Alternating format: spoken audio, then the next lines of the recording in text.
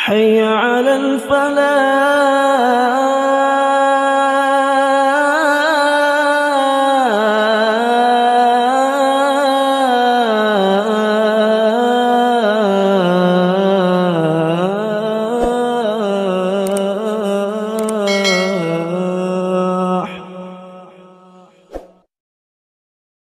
Bismillahirrahmanirrahim. Assalamualaikum warahmatullahi wabarakatuh. Alhamdulillah wassalatu wassalamu ala rasulillah wa ba'd. Kita sering mendengar kata fidyah. Fidyah itu sendiri bermakna tebusan. Satu akar kata dengan fidah atau al-fidah artinya adalah tebusan kepada seseorang. Dengan tebusan itu maka orang itu akan diselamatkan. Rasanya adalah tebusan. Maka dalam kaidah fikih atau dalam istilah fikih biasanya fidyah untuk orang yang sudah melakukan berpuasa di bulan Ramadan biasanya disebut dengan al-it'am, artinya memberikan makanan karena tebusan yang harus dibayarkan berupa makanan, atau disediakan dengan fidyah itu sendiri. Fidyah itu kepada siapa yang atau siapa yang boleh membayar fidyah, artinya mengganti puasa Ramadan karena tidak puasa dengan alasan-alasan tertentu syar'i, kemudian dia harus bayar fidyah. Yang diharuskan membayar fidyah yang pertama adalah orang yang karena sakit, yang sakitnya itu telah dinyatakan sulit untuk sembuhnya, atau penyakit atau sakit permanen, sakit yang harapan sembuhnya sangat kecil atau bahkan kata dokter sudah tidak bisa sembuh misalnya, itu maka tidak berpuasa kemudian diganti fidyah. Yang kedua, orang tua atau lemah yang tidak kuat lagi untuk berpuasa. Kemudian yang ketiga, nah ini wanita hamil dan menyusui, nanti akan ada pembahasan khusus.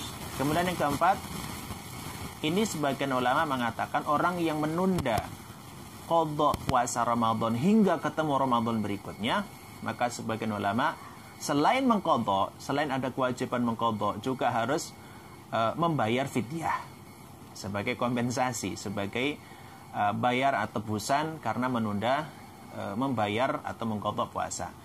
Nah, yang kelima, fidyah itu dibayarkan oleh orang yang meninggal dunia dan dia masih memiliki hutang puasa, maka ahli warisnya bisa membayar puasa tersebut dengan membayar fidyah. Nah, adapun fidyah itu sendiri berapa besarnya gitu.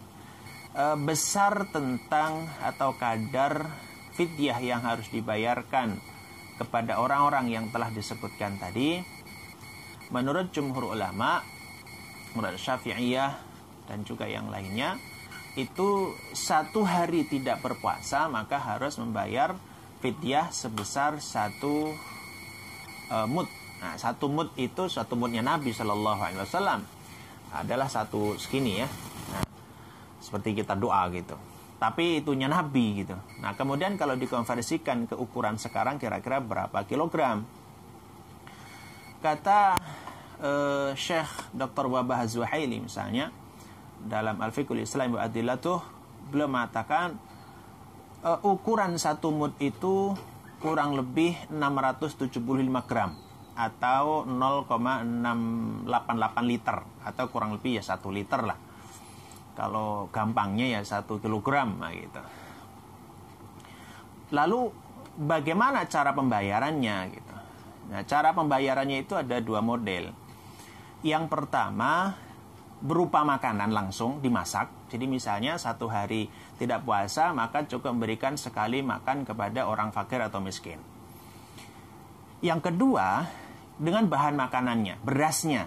Tapi yang kedua ini dimohon tidak hanya beras gitu. Karena apa?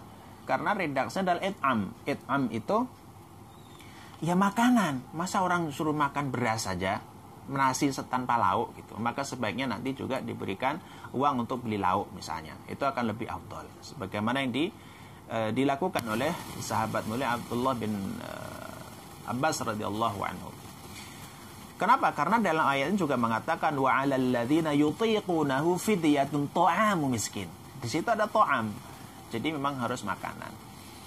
Adapun waktu pembayaran fidyah itu kapan?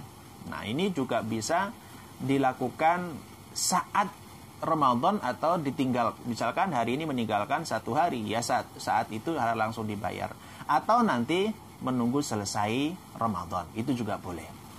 Dan itu batasannya berarti sampai Ramadan lagi, tapi diselesaikan lebih cepat, tentu di situ akan lebih baik.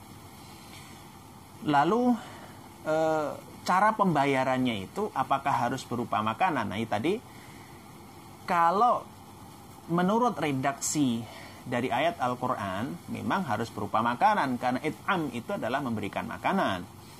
Tetapi apakah boleh nanti diuangkan? Nah, ini perbedaan pendapat. Misalkan ulama Hanafiyah misalnya, itu boleh dikonversikan ke uang seharga kurang lebih 1 kilogram. Atau menurut mazhab Hanafi itu tidak 1 mud, tapi 1 so'. 1 so' itu kurang lebih 1,5 kilogram.